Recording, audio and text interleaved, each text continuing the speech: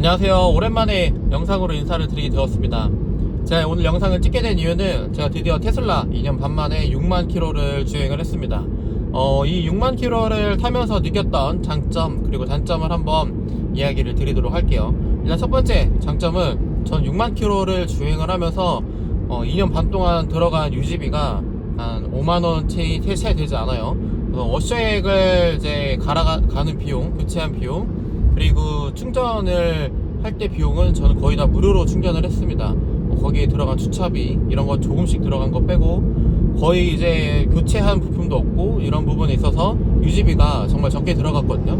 그래서 웬만한 자동차 유지하는 비용에 비해서 한 6,700만 원을 좀 세이브한 것 같아요. 왜냐면은 제가 계산했을 때 6만 킬로를 그냥 연비가 1km에 15리터가 필요하다는 전제 하에 계산을 한번 해보니까 휘발유 기준으로 한 1,300원, 1,400원 기준으로는 한 600에서 700만원 정도 좀 세이브를 했다, 주유비를. 이렇게 보여요. 그래서 가장 큰 장점은 이 유지비를 줄이는 부분이 가장 큰 부분인 거고, 원래 테슬라가 이 레퍼럴 코드 정책이 없어졌다가 다시 생긴 것 같아요. 그래서 저는 레퍼럴 코드를 이용해서 이렇게 유튜브 영상이나 이런 거 올려서 제 추천인 코드로 구매하시는 분들이 있을 때 제가 포인트나 레퍼럴 코드 통한 이제 그 수익으로 자동차를 무료로 충전하고 있는데 다시 이게 생겼습니다. 그래서 다시 영상을 올리는 이유도 있고, 이런 부분이 있기 때문에 저 말고 다른 분들도 이 레퍼럴 코드를 이용해서 차량을 운영을 하시면은 충전을 계속 무료로 하실 수 있는 포인트를 쌓으실 수가 있어요. 그래서 이러한 장점이 있다라는 부분이 있고, 테슬라는 딜러가 없기 때문에 이렇게 추천인 코드 제도가 꽤 잘 되어 있습니다. 그래서 모르시는 분들이 많고, 이걸 이용하면은 생각보다 좋은 혜택을 얻을 수 있기 때문에 꼭 잘 활용을 하셨으면 좋겠습니다.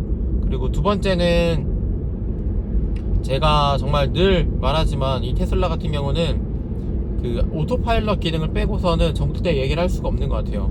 제가 6만 킬로 중에서 그래도 한 진짜 5만 킬로는 이 오토파일럿을 통해 주행하지 않았나 싶을 정도로 정말 많이 이용을 하고 있고, 테슬라의 오토파일럿은 인식도 잘 될 뿐만 아니라 생각보다 이 장거리 주행을 하는 데 있어서 꽤 편리한 기능입니다. 그래서 웬만한 자동차의 그 보조장치, 반자율 주행 그 기능보다 훨씬 더 성능이 뛰어나다고 저는 생각은 하고, 물론 저도 아이오닉 5라든지 다른 자동차를 많이 타봤지만 이 테슬라 오토파일럿은 한번 사용을 해보신 분들은 확실히 다르다는 거를 많이 느끼실 수 있을 겁니다. 그래서 확실히 이러한 장점이 있어서 아직까지도 저는 오토파일럿을 정말 잘 이용하고 있고, 이 오토파일럿이 없는 자동차는 운전을 하기 힘들 정도라는 생각이 좀 들고 있어요. 그래서 이 장점은 정말 매번 말씀을 드리지만 이 6만 킬로를 타면서 테슬라 오토파일럿은 정말 최고다라는 부분인 거고, 세 번째는 충전 플랫폼이 계속 늘어나고 있습니다.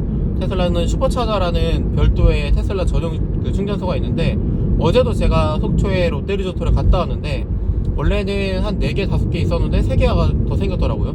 V3 충전소가 더 생기고 있고, 저희 동네에도 V3 충전소가 11개가 더 생겼습니다. 그러니까 이게 슈퍼차저가 계속해서 늘어나고 있어요. 그러니까 전기차를 타는 입장에서 이 충전할 수 있는 플랫폼이 늘어난다는 거는 정말 좋은 거거든요.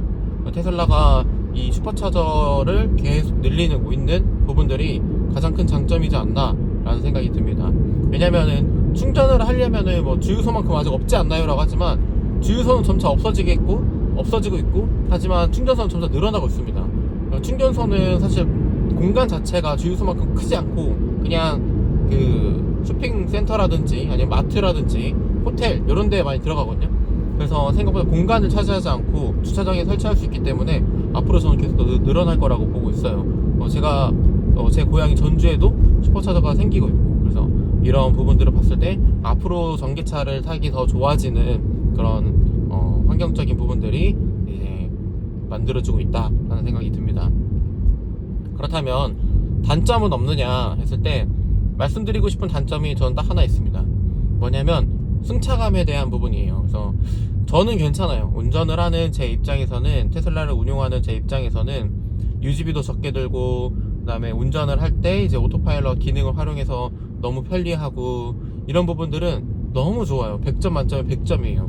하지만 주변에 이제 제 동료분, 제 지인들이나 아니면 제 와이프가 테슬라를 탈 때마다 멀미가 난다고 하고 이제 승차감이 좋지 않다. 뭐 특히 이제 제 와이프가 이제 나중에 아이가 생겼을 때는 테슬라 어떻게 타냐 이 얘기를 많이 하긴 해요. 그래서 이 지면이 많이 느껴진다. 울퉁불퉁할 때 차가 많이 흔들린다.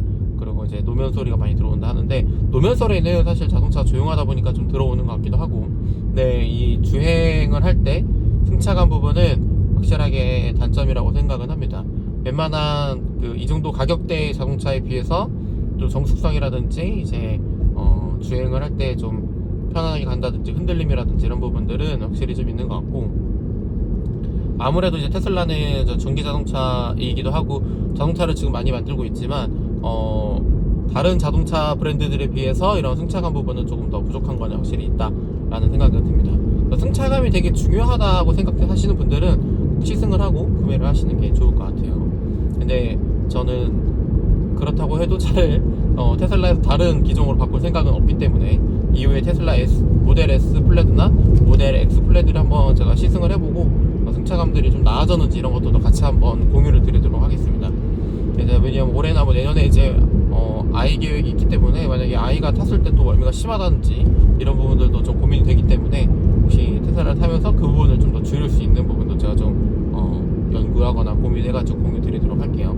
그래서 앞으로 제가 테슬라와 관련된 영상을 이렇게 종종 하나씩 올릴 텐데, 실제 저도 이제 자동기차를 좀 오래 탔다 보니까 실제 이 자동차를 운용하는 입장에서, 그리고 앞으로 또 다른 테슬라를 이제 구매하고 싶은 욕심이 있기 때문에 그 자동차를 리뷰하는, 그리고 저는 테슬라 기업에도 관심이 많아서 테슬라 기업에 대한 정보를 제공하는 영상들로 조금씩 인사를 드릴 예정입니다.